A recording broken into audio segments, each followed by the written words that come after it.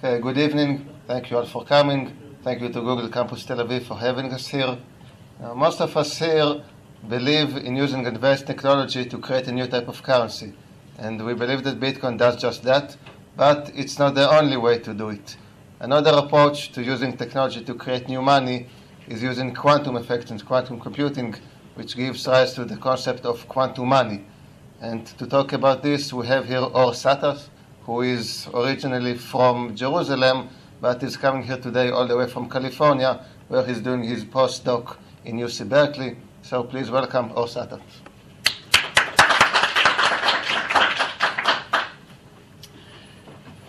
Hi. First of all, I want to thank Manny for his wonderful support to the Bitcoin community in Israel and worldwide, I guess. Manny asked me to say one more, to present myself, so I'll say one thing. In 2010, I discovered a wonderful paper. It's presented the concept of a new form of quantum money. And then I've heard that there's another kid in the neighborhood. And then I started reading about it. At first I didn't understand what's going on. It took me a while. But from then I'm kind of interested in these topics, and I'll try to give you an overview of what's happening in the quantum scene and how quantum money fits in the framework of Bitcoin and other cryptocurrencies. So these are the two heroes of our talk today. On the left, you see, I don't know if you see, it's a boxing ring. On the left, you see Dorian Satoshi Nakamoto, who's, as you well know, not the creator of Bitcoin, but nevertheless, he's the face of Bitcoin at this point. And on the right, you see Stephen Wiesner. He was a PhD student in the 70s. Now, you have to understand that in the 70s, there was no field that was called quantum computation, quantum information, or anything of that form. He came up with this crazy idea. He wasn't taken seriously for, I think, 13 years. He had an amazing breakthrough, which took 13 years to be accepted to a journal. This is one of the most disgraceful sins of the scientific community.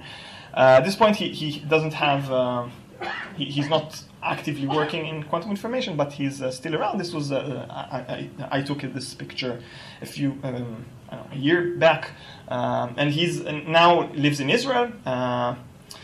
He isn't well known, and that's a shame, I guess. So in that, I want to fix that a little, at least. Okay. So before we begin, I want to, the way I view it, there are two ways for creating money. One way, which is the newer approach, is to reach consensus about who has the money. Your bank tells you that you have this and that amount, and we all trust it. We all trust the banking system or PayPal or whatever, and we agree that this represents the amount that we have, and that's it. So we have some, in some sense, trust in some people that tells us what is the correct, what is true, and we just give them our trust. So banks, PayPal, we all know. Ripple and Bitcoin are the more modern approaches that reach a consensus. As we all know, there are other problems that can be solved if you can reach consensus on things, and that's I'll talk about that a bit later. Another approach is some principle or some that you have some physical medium which is hard to copy. This is the older mechanism for money: gold, cache, you have some piece of paper that for some practical reason it's hard to copy. Obviously, it can be done in principle, right? The central bank or the mint does it on a daily basis. And by the way, the same with gold, right? There is no rule of nature that tells us that there is this amount of gold in the universe or something like that. It's in fact can be done to create synthetic gold. It's just somewhat hard. Quantum money uses this approach. It uses the laws of physics in this case that tells us that there is no way to copy the quantum money, and we build our system on that, and we'll see how later. Now, since we're using a completely, let's say, orthogonal approach, as you see, there are two roads here, right? One represents consensus, and the other represents no copying.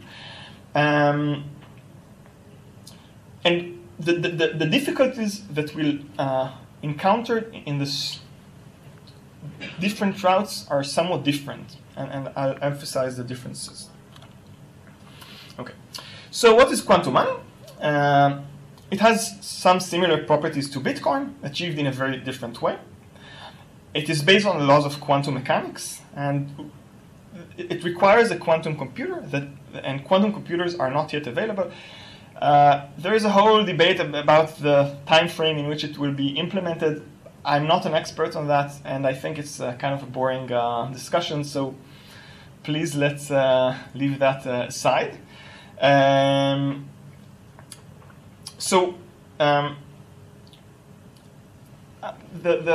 this talk, we're going to talk about what is quantum mechanics and quantum computation.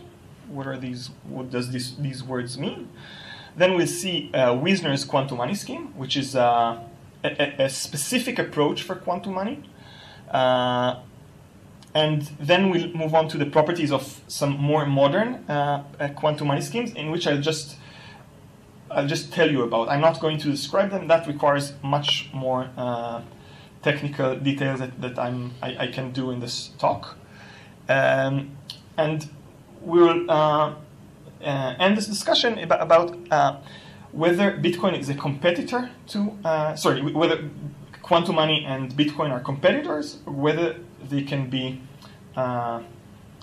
either a way to upgrade, let's say, Bitcoin to QubitCoin, and use the advantages of quantum money to Bitcoin. Okay. So what is quantum mechanics? So it's a theory which describes nature in the tiny to medium scales, atoms and things in, let's say, scales of people and things like that. It doesn't represent nature in the large scales, let's say planets and stuff like that, for some reason. It is extremely very confirmed and accurate. Richard Feynman compared its precision to predicting the width of North America to an accuracy of 1 human hair's breadth. And unfortunately, quantum mechanics has some non-intuitive properties, to say the least. It's tricky, and on the other hand, it is doable to understand at least the principle that's going around it. So what is quantum computing? So quantum computers are computers that directly exploit the laws of quantum mechanics.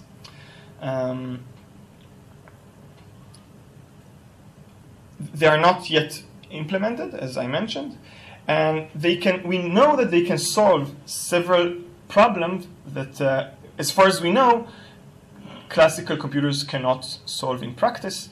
A common misunderstanding, and I want to briefly mention it, is that quantum computers cannot solve what is known as NP-complete problems efficiently.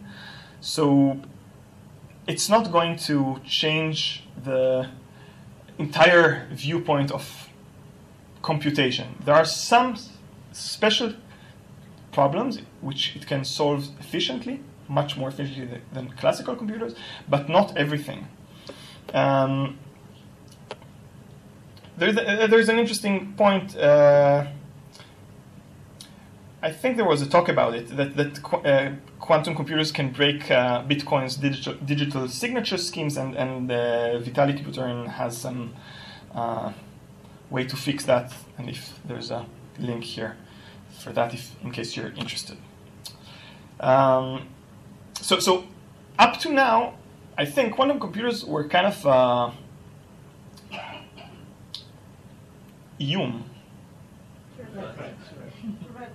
threat to Bitcoin, and I want to give you another perspective on it. So before in order to understand what is quantum computing all about, we need to first understand the most basic building block of quantum computers, which is called a qubit. So a bit is the fundamental building blocks of classical computing, and I'm going to explain to you what a qubit is. A bit is something which can be in two possible states. It doesn't really matter what medium is used. You know that we have bits on memory. You have some memories on flash drives. You have them on hard disks, and they are all bits, right? It's a kind of an abstraction. It doesn't really matter which medium is used. And the same thing is for qubits.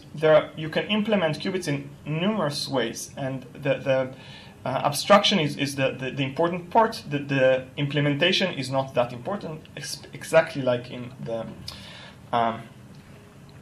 classical case. So, can you hear me? Yeah? Okay, great. So I'm going to use the blackboard, I hope. Please let me know if everyone can see me. So as I said, a bit is something that can be in two possible configurations, usually denoted 0 and 1. Right? So a bit can be in a 0 or a 1. A qubit is a point on a two-dimensional circle. So you describe the configuration of a qubit by simply a point on that circle. So for example, this point is a configuration of a qubit, a state of a qubit. I'm going to say the truth, but not the whole truth. Okay, it's not. I hope I'm not oversimplifying, but there are some. If you want to get into more details, I'll be happy to elaborate after the talk. But everything I'm saying almost correct. So.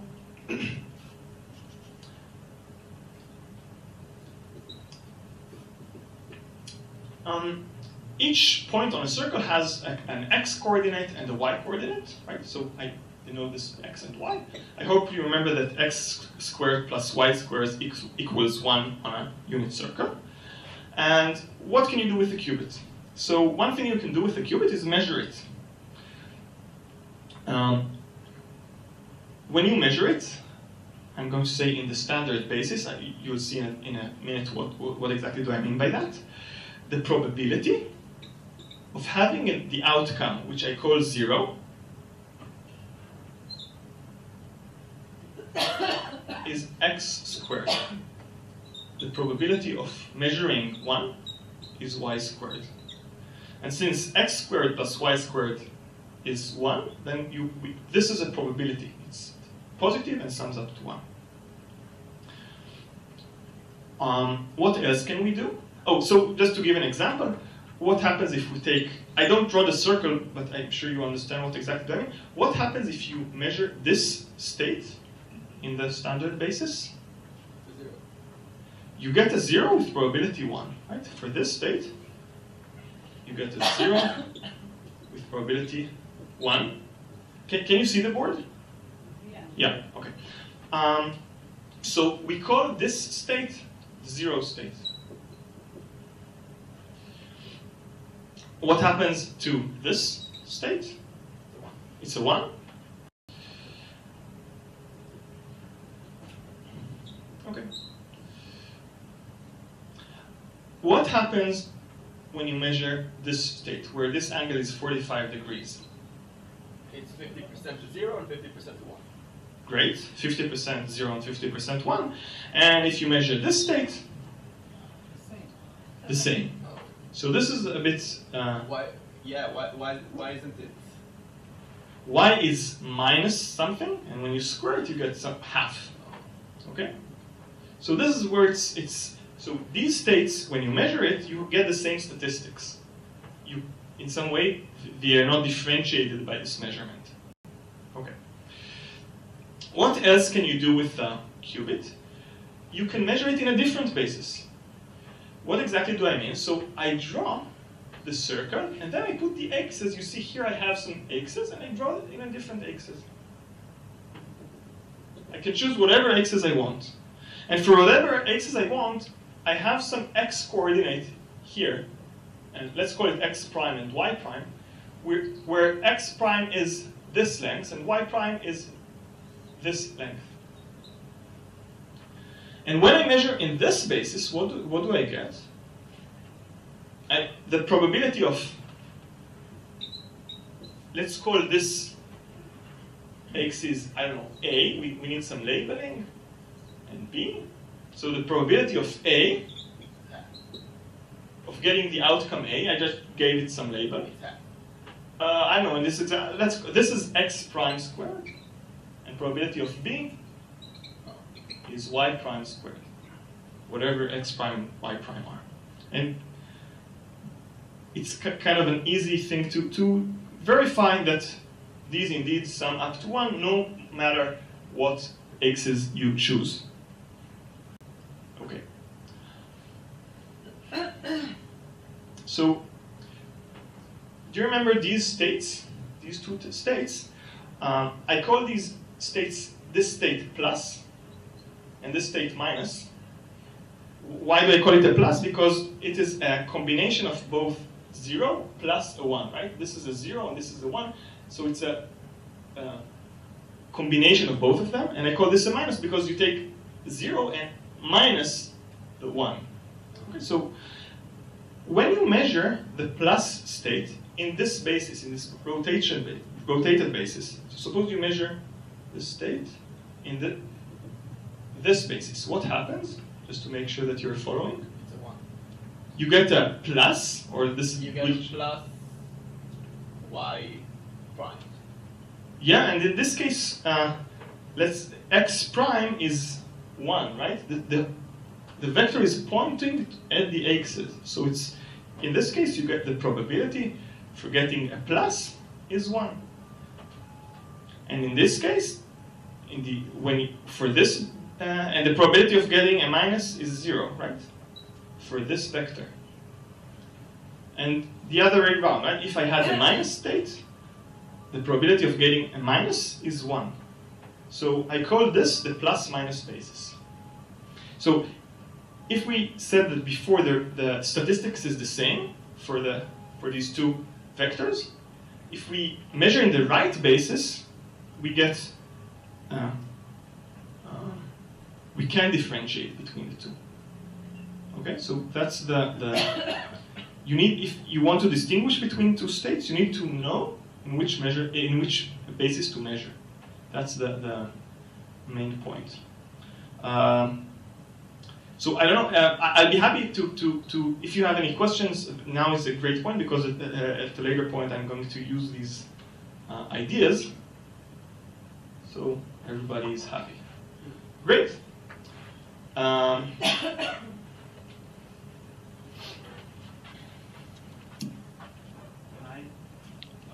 not sure I understood why they have different.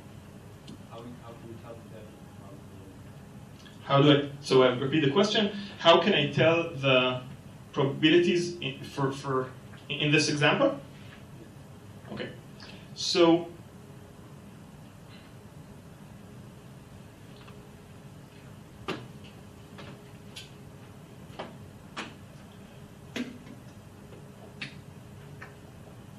I'm drawing the axis and the circle, and my point is this point.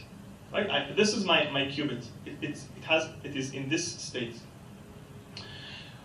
What is the coordinate x prime and y prime of this vector? Does it have any ingredient in that direction? Or its ingredient in that direction, right? So x prime, so this point is 1, 0, right? 1 in this direction and 0 in this direction. So the probability of measuring, I call it A, so in this case it's a plus, is x prime squared. So it's 1. So that's it. The probability of measuring plus, if I have the state plus and I measure it in the plus minus basis, I get a plus. Just like that if I measure the state 0 in the 0, 1 basis, I get a 0. So that's the point. But if it's in the minus state, it still has the same probability, doesn't it? And no. So in this point, this is the minus state. It has 0 minus 0.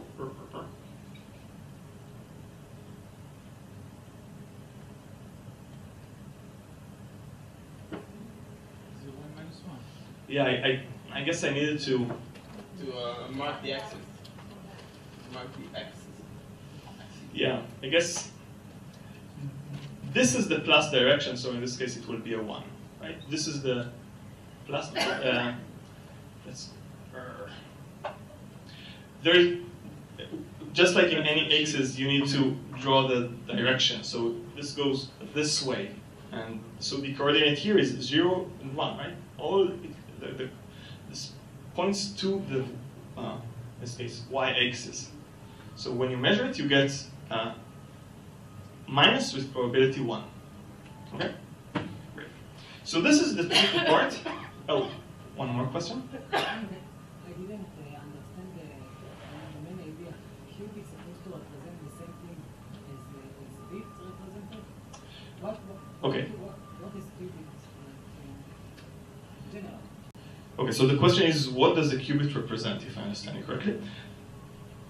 So, a qubit is a piece of information. It represents some form of information, but like a bit, but it has some different properties. You cannot, if you have a bit, there are two options. You look at it, that's it. With a qubit, it's more difficult. You cannot just ask, well, it points in this direction and you're done. The only way that you can gain information about it is by doing a measurement. And when you're doing a measurement, you're only getting statistics. Okay? Another question. Sure. Are the states of the qubit are discrete, or is it? It's a continuum. It's a point on a circle. So it's you have much more degrees of freedom. Infinite number of states. Infinite number of states. Okay. One last point. What happens after you measure a qubit? So suppose you start with the.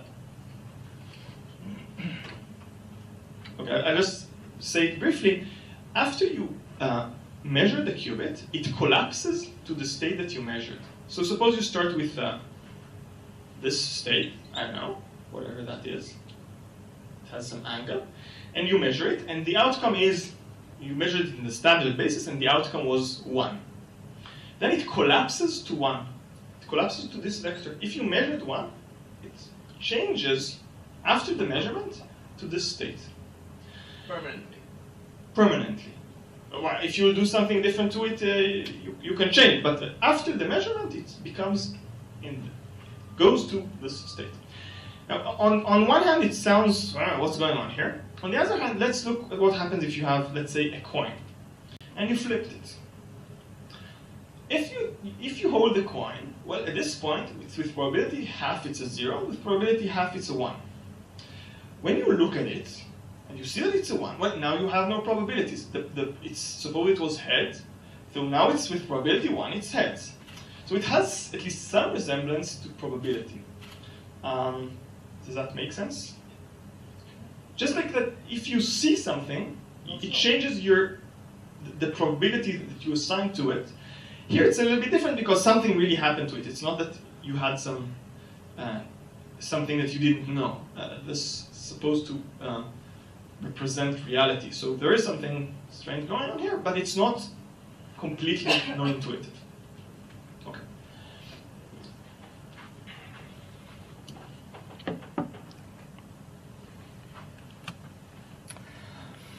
Oops.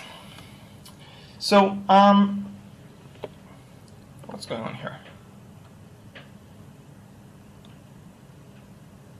I don't know. So one important fact that we'll use in later is the no cloning theorem.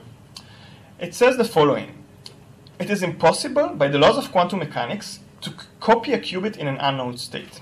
This should be appreciated. If you have a bit, one of the most straightforward thing that you can do is simply create another bit within the same state, in the same configuration. With qubits, it's simply impossible. The intuition is tightly related to the uncertainty principle, and I try to explain why. The uncertainty principle says something like the following: that if you have a system which is unknown, you cannot have a full description of it. There's no way to avoid uncertainty if you don't know what the state is. And why is it related?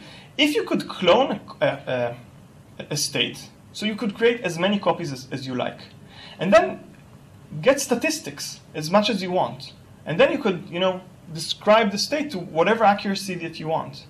And this is impossible. And it also goes the other way around. If you have, okay, I hope the point is clear. If you manage to suppose you have a point on the unit sphere, on the unit circle, and you can measure it infinitely many times, right? You can create as many copies as you like if there was no cloning theorem, and measure and measure and measure again and again, and then get what x is and what y is by just simply measuring. And this is impossible because, as I said, the uncertainty principle. Okay.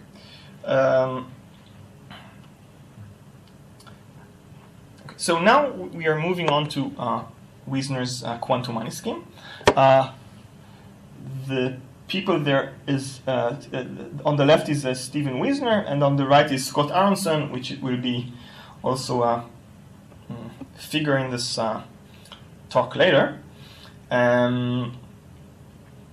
So in Wiesner's quantum money, there are two entities, the banks, a bank and users, which are all symmetric. The bank has an algorithm for issuing the money, and another algorithm to testing the validity of the money. Okay, so there are two separate protocols, one to issue and one to validate. And the main point is that it is infeasible to counterfeit quantum money of Wiesner's scheme. So how is issuance done? So each node has two parts, a classical and a quantum. The classical one is simply a serial number. It's not really crucial. There's nothing difficult. It just start with 1, then 2, then 3. There's nothing complicated about that. The serial number appears on the node just like usual nodes. And for each serial number, the bank keeps a random secret sequence, such as plus 0, 0, minus 1, minus plus. Okay, so this is a sequence, okay? And he keeps it in its databases, which he'll use later. And the bank prepares the quantum state associated with this string. So in this case, he creates the plus 0, 0, minus 1, minus plus state. Now, you should remember that you cannot just look at qubits and say in what state they are. This is maybe misleading, and you have to remember that there is no way to, by just looking and understand what the state is, right? In order to understand what the state is, you have to do some measurements, and that's the whole point.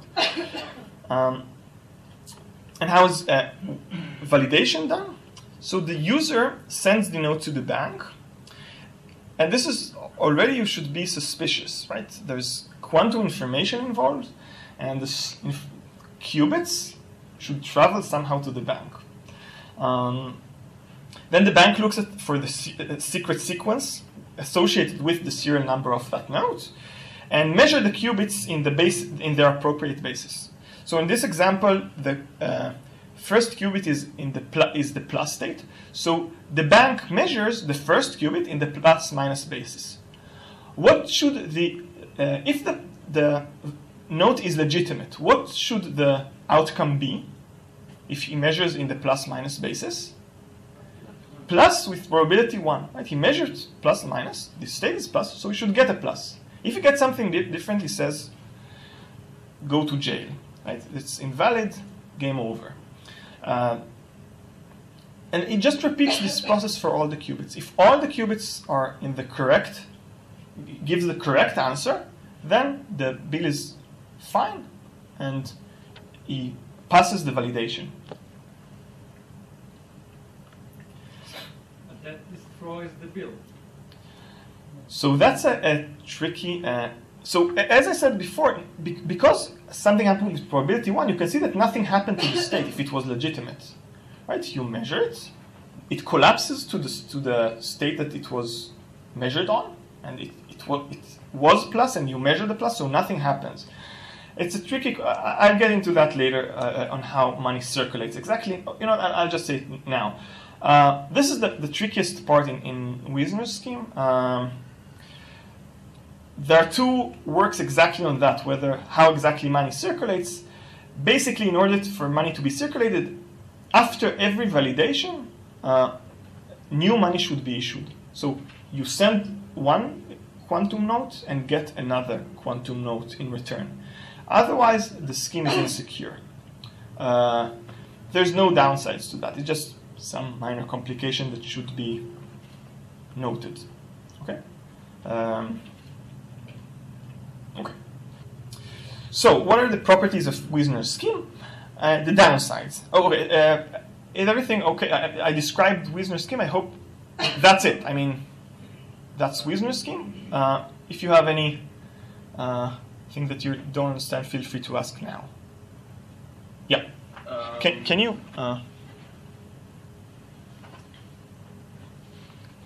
So when they calculate the state, they get a specific result every time they do that. In the validation? Yes.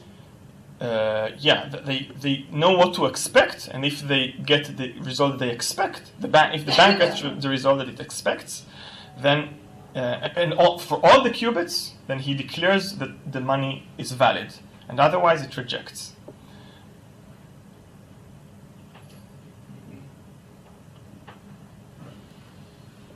So if you have you have a chance to say that money is valid while it's not, because it's just a probability, right?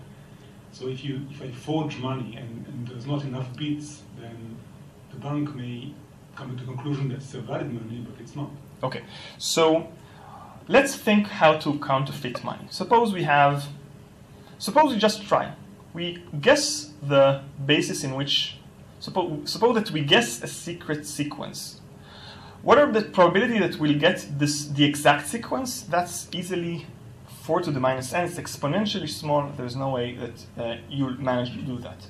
But you can try to do some other kind of attacks. You can start with a legitimate quantum money, and then try only to understand. This already doesn't sound right. No, if you have 5 bits. Say you have 5 bits. No, I have 100 bits.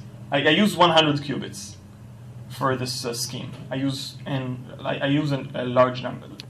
Let's say 100 qubits, which is a small number of just like a private key that you use in Bitcoin.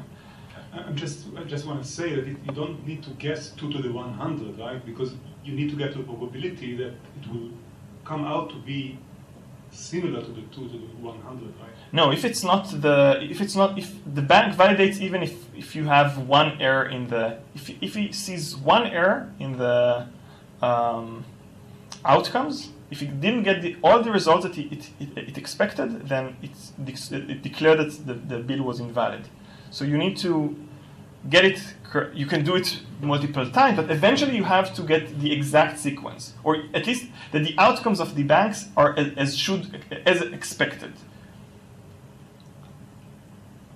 I'll just give an example. Suppose you had 2 bits, right? I don't have to guess the 2 bits because I can guess a bit, you know, turn in some to the left or turn to the right, and still the probability will be close to 90 that when you do the measurement, then it will get a 1 because it's not exactly. Sure, the optimal probability is something like 80. So you have to guess much less than. But something like 87%. Let's put it this way. And the probability of guessing with probability of 87% n times is 0.872 to the n, which is extremely small if you pick n large enough. I'll be happy to talk about that later and try to convince you. Yeah? Maybe I didn't understand the special characteristics of qubits, but why can it be implemented just with regular computers? It cannot. Why? That's the question. Okay, so why are quantum computers so hard to build? No, why this scheme cannot be implemented in normal computers? Why can I just choose a random secret number and just hash it or something and give check it this way? There are no secrets here. If you use there's no way to have secrets classically in the sense that it's extremely easy to take one set of bits, just copy them, and then you have 2 money states, if you want. Yeah, but we said that the bank already has a database, right? Yeah. So there is an entity, centralized entity, that keeps some kind of a database to validate the banknotes. So why can it just be implemented? I mean, probably it cannot be implemented. My question is why, to make it clear, because I can't understand it. Let's do it offline. I mean, I don't fully understand the proposal. I mean, The scheme is simple, right? You issue a note, and then when I want to use it, I need to validate it, right? Yeah. Through the bank. Yeah. Why can it be implemented on normal computers? That's the question. Why quantum computers are needed with their special. So basically, the note is simply a classical string, and you go to the bank in order to validate it. If it's the correct one, then it says OK, and that's it. Okay. So this is a bit tricky. The main advantage of this scheme is that it can be distributed in the sense that you can have lots of validators. But to be honest, I don't want to. You see that everything here is static, right? You could have as many boxes as you like, and they don't need to communicate with each other. They can all validate money. The only thing is that if you break to one of these boxes, then you can counterfeit money, and there are ways to avoid that. But that's the basic reason. And there are much, as I'll describe later, more advanced techniques. So you'll see that there are other advantages. Okay. So the downsides for this scheme that you need communication with the bank, and this has some anonymity issues that we may want to avoid. The bank can issue more money without the user's awareness. It's another downside. As I mentioned before, security is tricky. I try to explain what is necessary to avoid that. And what are the upsides? So it's especially useful as a token. Imagine a stamp or a bus ticket or something like that. Why? Because in these cases, you don't need to communicate with the bank. So imagine a stamp, they have some box in their office, or a movie ticket or something like that. They're physically there. So there's no need for quantum communication, which is a major hurdle. It requires only a simple quantum computer. I call it a quantum calculator. There is only a need for single qubit operations, memories, and measurements. I didn't describe it, but there are more complicated operations that you can do in quantum mechanics, and you don't need them in this case. The only the only advancement that is needed to implement that is quantum memory that is stable for a long time. Single qubit operations and single qubit measurements are very accurate ones are available today. But memory is a non-trivial task, so it may take some time. Okay. So now we move on to modern quantum money schemes. So in the modern schemes, everybody can verify the bills, not only the bank. There are two schemes, one by Ed Farhi et al. And another one by Aronson and Cristiano. Scott Aronson is the person that you saw before. In one of the schemes, the bank cannot print more money without the user's awareness. And okay, I don't want to get into the details of the other. The way the difference between the two is that one of these schemes has only public keys. There are no secrets whatsoever. In order to validate money, you only need to know the public keys of all the nodes, and that's it.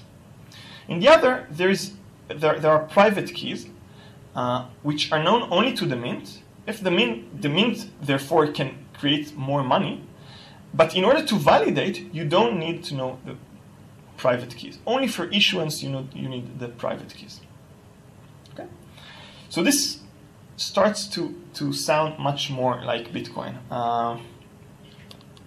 especially Farhi et al.'s scheme. So this raises the question whether Bitcoin can be upgraded. So the idea that I have in mind, of course, I don't really care if it's really Bitcoin or some other cryptocurrency. Everything here is conceptual. And what I have in mind is the following, that a user will add the following message to the blockchain. I declare that my Bitcoin associated with this private key is invalid. He burns his Bitcoin. And I created a QubitCoin with the following associated serial number, public key, X. So, as I said before, at least in one of these schemes, in Farhi's schemes, all that is needed in order to validate quantum money is this serial number. So now, everyone can validate, and so that's the idea. So, unlike before, and this is how I think the original authors thought about it, that you had one entity, the bank, which issues all the money. But in fact, it's not necessary. Issuance can be done by everyone, and since you publish the public keys, that's all you need in order to validate the money. Okay. So, what's going on here? What are the advantages and disadvantages of this approach? So I have here quite a long table. An X obviously represents whether this property is correct or not correct for Bitcoin and quantum money, and for something which is not yet possible, I have a smiley face which says whether I'm optimistic or pessimistic, whether this will change in the future or not. So Bitcoin has quite a large security costs. You need mining. Mining secures the network, and I'm not very optimistic that this will change. There are some proposals especially proof of stake. But there are some downsides to that. I'm quite pessimistic about that. So currently, Bitcoin has, well, not only currently, also in the future, I imagine that roughly 1% of the total value in mining fees or rewards per year is required to secure the network. Otherwise, you have some too big security risks. And as you've seen, in quantum money, we don't have any mining or whatsoever. Also, note that quantum money is instantaneous. There's just the running time of the protocol, and that's it. I'm quite optimistic about that. I mean, the verification time could probably be improved even probably in the near future. Some of you've seen Gavin Anderson's suggestion in the previous week or so. So this doesn't seem like something that would remain in the future. Would you mind waiting to Jan? Okay, thanks. Privacy and anonymity. Bitcoin is currently pseudonymous. There are ways of improving that. Already, even there's some progress on that. There's CoinJoin, which is already implemented in Bitcoin. There are ideas about using ring signatures and zero-knowledge proofs that I think Shaul here is taking part in. Quantum money is traceless. That's not an issue. There's no trace for the fact that money moved hands. So this is one of the biggest advantages. In both Bitcoin and at least one of these quantum money schemes, the issuer, the bank itself, cannot create more money. A tricky thing, I hope this will be clear. If the issuer created the money in a legitimate way, if you follow the protocol for issuance, he cannot create more money. Maybe if during issuance he didn't follow the protocol, he has a way to forge money in the future. So I don't know about that. This is something that I don't think the authors have thought about. I don't know what the answer for that, so I don't know how to estimate whether there is a way to do that, so the issuer doesn't have any way of forging the money. So this is a question mark at this point. Another issue that is almost trivial in Bitcoin, and we kind of don't even notice, is that in Bitcoin you can prove that you paid. Suppose that you go to a merchant, the merchant gives you an address to pay to, and digitally signs that this is your address. And if you send money to this address, you can then go to a judge and say, well, listen, I paid to that person and he didn't give me, I paid. You can prove that you paid for something. In quantum money, transactions are traceless. Right? You don't have any evidence for the fact that you paid. So you need to be a little bit more creative. A pretty good solution is to use installments, tashlumim. You pay 1 cent. Sorry? Deferred payments. So you pay 1 cent and ask for a classical digital signature for the fact that you send a cent. Send another cent and repeat this process. If it's at some point you send a cent, it doesn't give you a receipt back, then you go to the judge and say, well, I want a refund or something like that. We can hope for something better. This doesn't seem like a very big deal. It is important for other applications of quantum money, namely quantum DRM, digital right management, or quantum copy protection, which is something very interesting that unfortunately I don't have the time to get into. I don't know if I'm not very optimistic whether there is a better solution other than deferred payments. Okay, so digital transmission, both Bitcoin and quantum money can be sent to over a digital medium. The only downside for quantum money that you need a quantum internet for that, which is something that is will probably take some time. Do we know if quantum computers or quantum transmission or whatever will be feasible? So, I don't. Okay. There is no known reason to believe that quantum computers are impossible to create.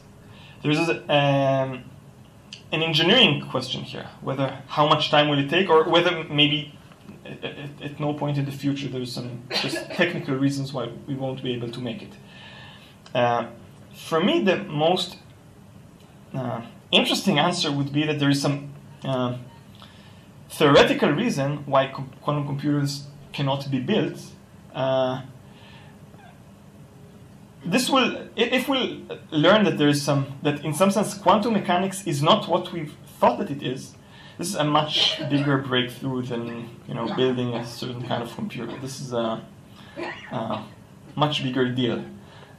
So if there will be one, if there will be, I think that in any case we'll probably learn something new from that. Does that answer the question? What about the transmission? With the transmission, again, there's no. Actually, transmitting single qubits is something that's done on a daily basis today. That's the easiest part to do of single photons. So when you can do as many as you like, just that you. That's I don't want to get into the details of what's possible and what's impossible. Okay.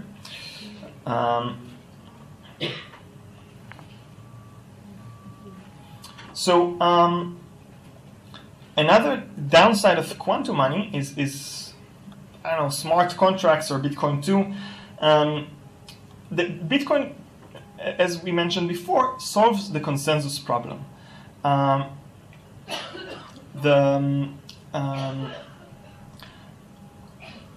Solving the consensus problem has lots of advantages for other problems. You can do M-out events, multi-signatures, distributed exchanges, assurance contracts, saving accounts, atomic cross-change transactions, smart property. There are lots and lots of applications. If you can solve the consensus problems, there are dozens more that I didn't mention.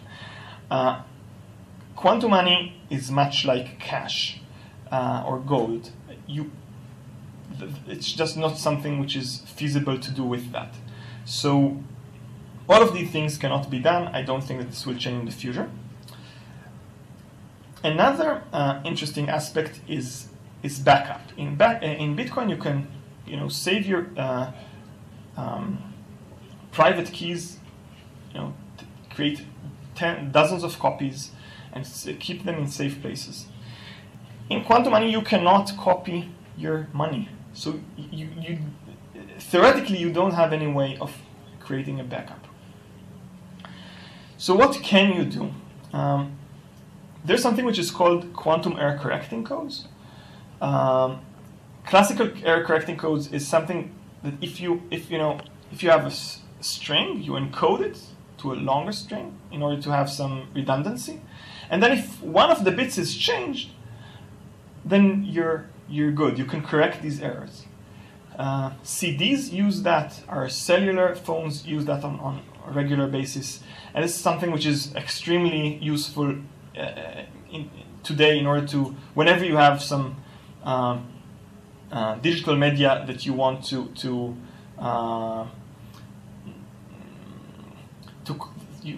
correct from errors or to be sorry? To store. Some medias do not need quantum error corrections. In hard disks, as far as I know, don't use any error corrections. They are just resilient enough to noise. When radio moves in the air, there's too much more noise, and when you want to avoid noise, you need to use error correction. And quantum information can also do. There are quantum error correcting codes, which takes a system, encodes it in a larger system, quantum system, that if you lose a small chunk of it, you can still restore your quantum state. This is a little bit sound like magic how it's done. It's one of the biggest advancements in quantum information. And the thing is that you cannot, for example, can you lose more than half of your qubits? Suppose you encoded your system, you took your state, encoded it into a larger system, and lose 3/4 of your state. Either a way to restore it. So I claim that there is no such, in theory there shouldn't be any way of doing that. Why? Because you take 1/4 of your system and restore it, so you have your original state. Then you take another 1/4 of your system and create another copy of it. So now you start with 1 copy and ended up with 2 copies of your state. As we know, this is impossible. So quantum error correction, unlike classical error correction, has severe theoretical limitations. So what you can do is something tricky. So you can, for example, take your quantum money and divide it to 5 parts in such a way that if you lose 1 part, you're good. I don't even know if the exact threshold is known, and it's not, for sure it's above half of the parts, and I don't know where exactly it stands. Conclusions. Okay, so are there any questions? We have some time left. Okay, so I'll conclude. And this is something that I added because of the discussion with many, and I like to hear your thoughts about it. I'm kind of a proponent to the idea that everything should be made distributed or peer-to-peer.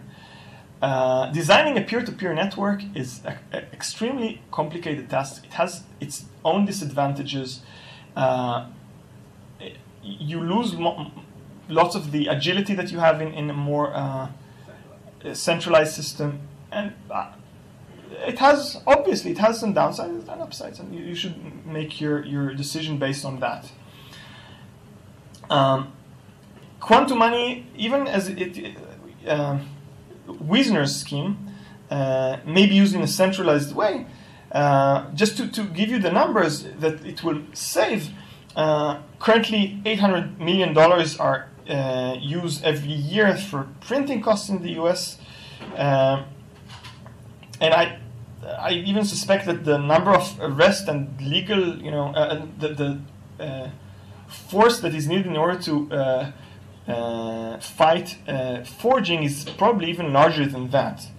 There are 3,000 arrests per year, and the law enforcement is extremely busy, and just because of that. So quantum money can just be used by the central banks to first of all solve the forging issue, and second of all to have the advantage that it's digital. It can be sent. It could be the money of the quantum internet. You just like the way Bitcoin is. I don't know if it could be easily decentralized. So in that sense, it's still, I guess, too early to say whether it's a competitor or whether there is a way to a friend or a foe. And one last remark, which I think is interesting. Recently, the idea of two-way pegging was suggested by Peter Todd. Adam Beck. Was there a talk about it in this forum, or no? So the idea was to create another blockchain, and these two blockchains have the property that you can move money around these blockchains. So you have Bitcoin and Bitcoin 2, and you can change your Bitcoin into a Bitcoin 2 coin, and vice versa. That there's a way to move the Bitcoins around these two blockchains. One can imagine the same thing for quantum. If quantum money is upgraded to if Bitcoin will be upgraded to quantum money, you can try to do two-way pegging. As we've seen, there are some advantages for quantum money. So when you need the advantages of quantum money, well, change it to quantum money. If you want to go back, do the same thing. In order to do that, you need to prove that you proving that you burned your Bitcoin is kind of easy. We all know how to do it. Just send it to the all zero address or something like that. Burning quantum money is also easy, but the problem is that you need a proof that you did that. Do you see the point? Suppose you have some quantum money state, and if you manage to prove that you burned your quantum money, then you can, if we agree that everyone agrees that I burnt my quantum money, then this is a way of enforcing two-way pegging. When I burn my quantum money, I get a Bitcoin. When I burn Bitcoin, I get quantum money. And this is great for two-way pegging. I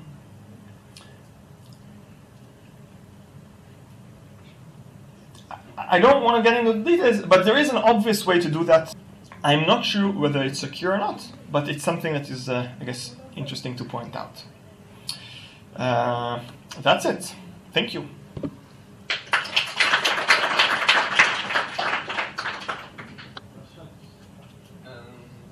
I need the blackboard to explain for a minute. Okay. Go ahead. So if I understand rightly, in the qubit node situation, you have an n number of qubits that represents a node, right? Yes. An n number of qubits. So all the qubits could be the same, could be all in the 45-degree angle. Yeah, but that happens with exponentially small probability, right? You pick this as random. And so if the bank wanted to validate it,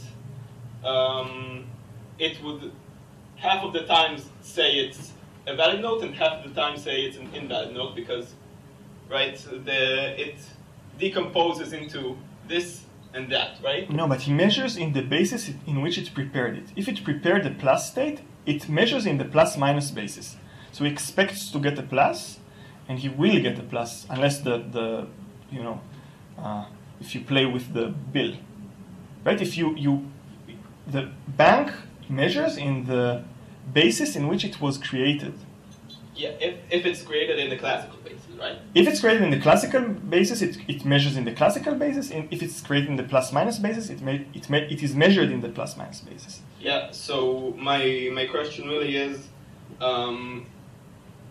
is there an element of chance to whether a node would be valid or not? If it wasn't played with, no, it will pass with. Of course, I'm ignoring accuracy issues here. Quantum mechanics there's noise, but this is out of topic. If everything here was perfectly accurate, then yeah, there's nothing probabilistic in the validation process. In the validation process, yes.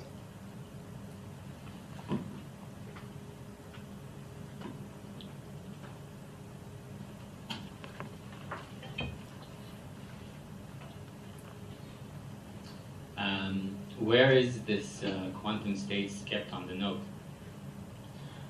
So as I said before, just like that you can store your Bitcoin on a USB device or CD or hard drive or memory or write it with a piece of using a pen and paper, there are lots of ways to implement qubits.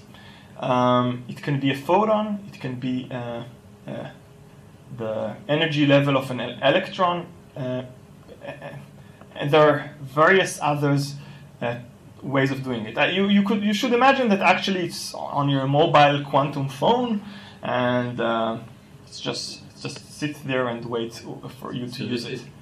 Is this something physical on a node, or is this something digital on media?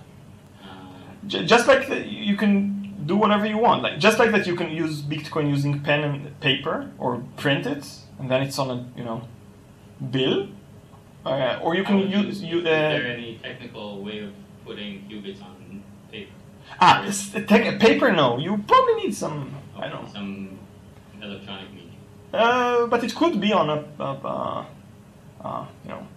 like a card or something like that. At least in principle. On a card that's what? That's not just like a credit card or something like that. Okay. Another question. You said that anonymity is not a problem here in quantum money. Yeah. But you also said that you do need to verify a note or quantum money. Yeah. And you need a centralized authority for that in one case or another. So no, so not in Wiesner's original scheme. Yeah, you needed to send the note to the bank, which may be this may be a privacy issue. But for the modern schemes, everybody can verify. So how does money circulate? I have my money. I go to a merchant. He verifies himself the money, and if it's fine, he says, take your... So there is a breach of anonymity. Somebody, the second party does need to be present. The merchant? The merchant, or yeah, someone, like when you're sending money to someone, I don't know. I find it hard to imagine what kind of stronger version of anonymity do you expect. What would the merchant do how would the merchant verify? He just runs the verification algorithm, which is classic. The note doesn't have any IDs or anything on it. It's just a state that moves around, and nothing happens to it. Once it's verified, it just remains in the same state. There are no fingerprints on it, if you want. So it's just like cash. When you give someone your... actually, it's more... well, never mind. When you go... It's just like that if you go to... You give 50 shekels to a store, it looks, see that it's okay, and gives you the food in return. I must be missing something. So go ahead. No, I'm not getting... If the merchant can verify it, then why can I not produce a note that I can verify it and then use? Because that's the... So I would need to keep trying until I get a match. Yes, and this will take exponential time. Okay. Yeah. You said, according to the first scheme, that when verifying a note, you actually burn the note and you have to issue a new one. Yes. So this is only the oldest scheme. Yeah, this is the one from the 70s. There's no real downside for that, as far as I understand. Besides the fact that merchants, for example, cannot validate the note in that way. So according no. to the new scheme, it is not burned, and then a merchant can validate the note, and the note keeps... Yes, but the bank can verify the bills even if new money is issued. Okay. You can imagine that the bank creates in advance a huge list of notes. Not all of them are present. Okay? And so he creates the secret keys for thousands of notes and issue 10 notes. When people come and use their money, he replaces them. So in each point in time, there are only 10 notes that are circulating. And he knows, and that's it. That's how things work. If you do that, you can also give the validating machines to as many machines that you like. This is static, right? They don't need to communicate with each other. Just like that, you can verify money bills that have not been created yet. You can verify quantum money. There's no problem for inserting it to the database without it being issued at this point in time. Maybe in the future it will be used. Okay, but again, the merchant receives the note. He wants to verify the note. Yeah. He verifies the note. Goes to in Wiesner's scheme, he needs to go to the bank, or maybe the bank gives him this box that validates this money, and that's it. It validates the money and then it pops out a new note. And there are no real downsides to that. But then it couldn't trade the note between private persons. You always need to validate the money. Okay. On every transaction, I have to have validation. In Wiesner's schemes, yes.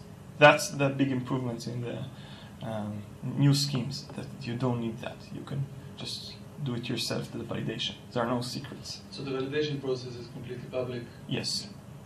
Okay, thanks. Thank you.